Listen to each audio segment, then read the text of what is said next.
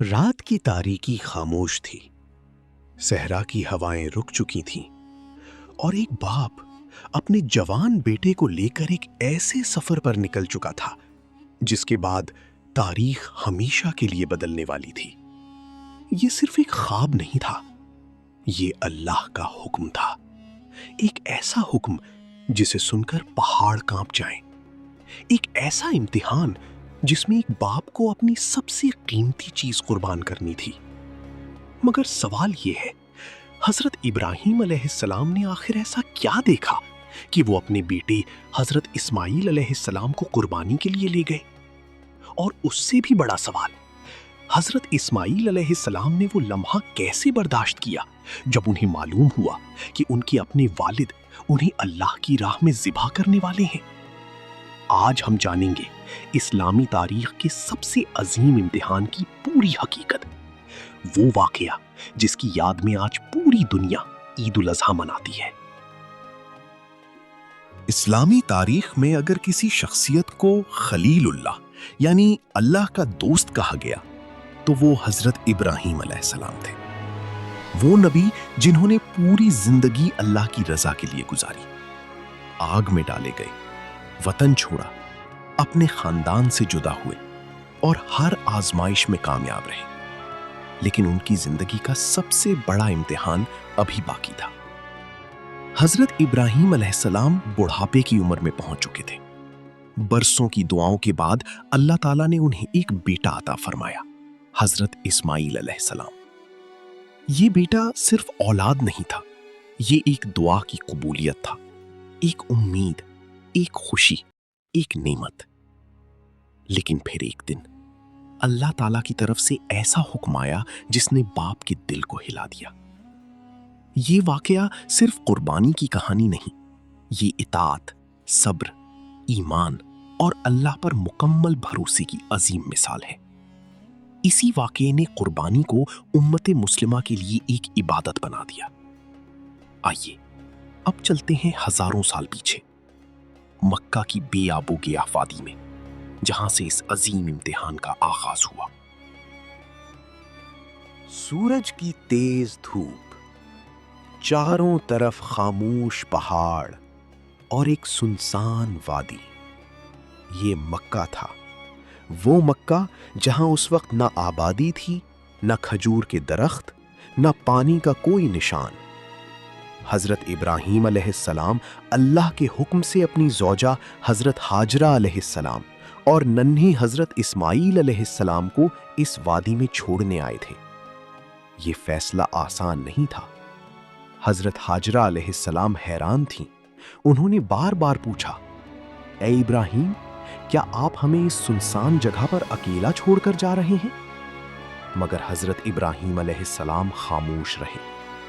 پھر آخر میں حضرت ہاجرہ علیہ السلام نے ایک سوال کیا، کیا یہ اللہ کا حکم ہے؟ حضرت ابراہیم علیہ السلام نے سر جھکا کر فرمایا، جی ہاں۔ یہ سن کر حضرت ہاجرہ علیہ السلام کے الفاظ تاریخ بن گئے۔ انہوں نے فرمایا، پھر اللہ ہمیں ضائع نہیں کرے گا۔ یہ تھی ایک مومنہ عورت کی اللہ پر کامل یقین کی مثال۔ وقت گزرتا گیا، ننھی اسماعیل علیہ السلام جوان ہونے لگی۔ رات کا وقت تھا، ہر طرف خاموشی تھی۔ حضرت ابراہیم علیہ السلام آرام فرما رہے تھے، تبھی انہوں نے ایک خواب دیکھا، ایک حیران کن خواب۔ انہوں نے دیکھا کہ وہ اپنے بیٹے حضرت اسماعیل علیہ السلام کو اللہ کی راہ میں ذبح کر رہے ہیں۔ وہ چونک کر اٹھ بیٹھے، دل تیزی سے دھڑک رہا تھا۔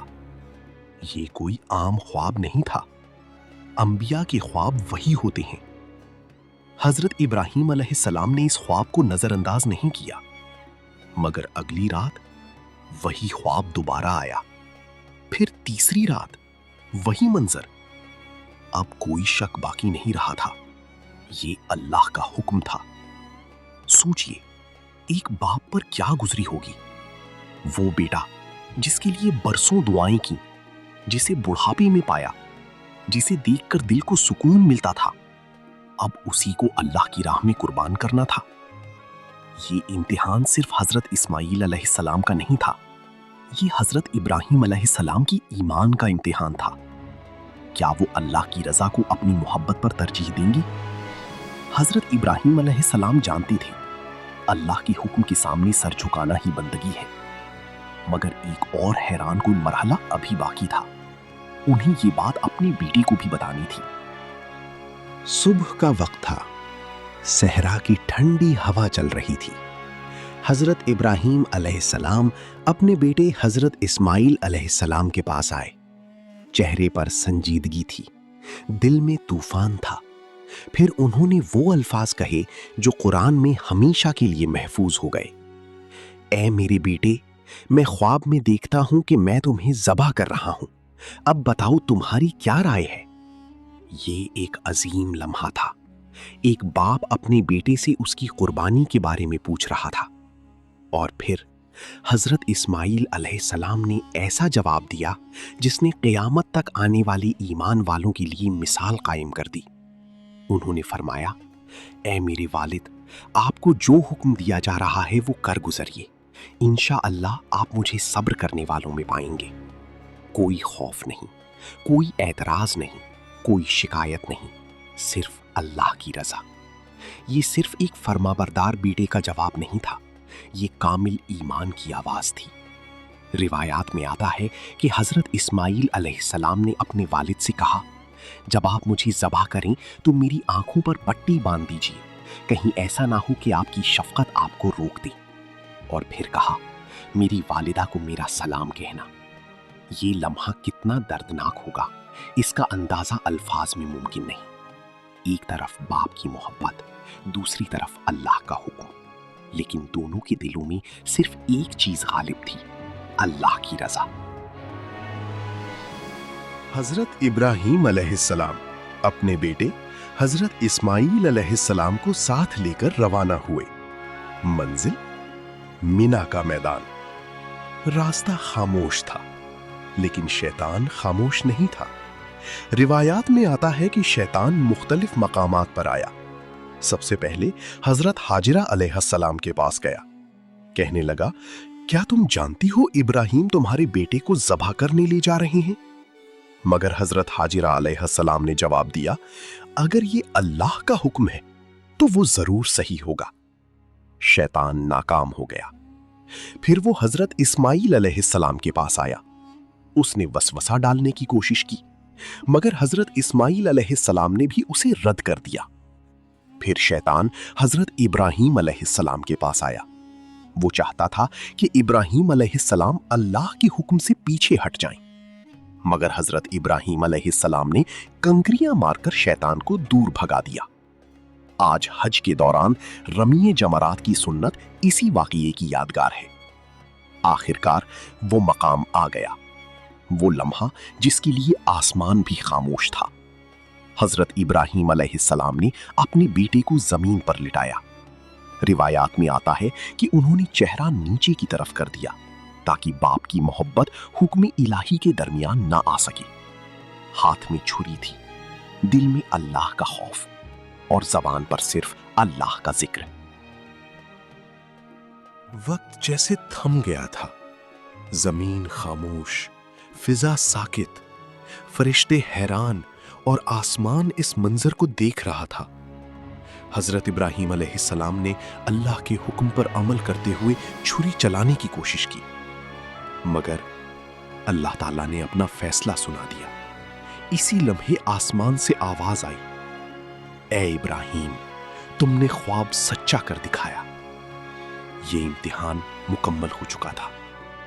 حضرت ابراہیم علیہ السلام کامیاب ہو گئے تھے، حضرت اسماعیل علیہ السلام کامیاب ہو گئے تھے، اور پھر اللہ تعالیٰ نے جنت سے ایک عظیم مینڈا بھیجا جو حضرت اسماعیل علیہ السلام کے بدلے قربان کیا گیا۔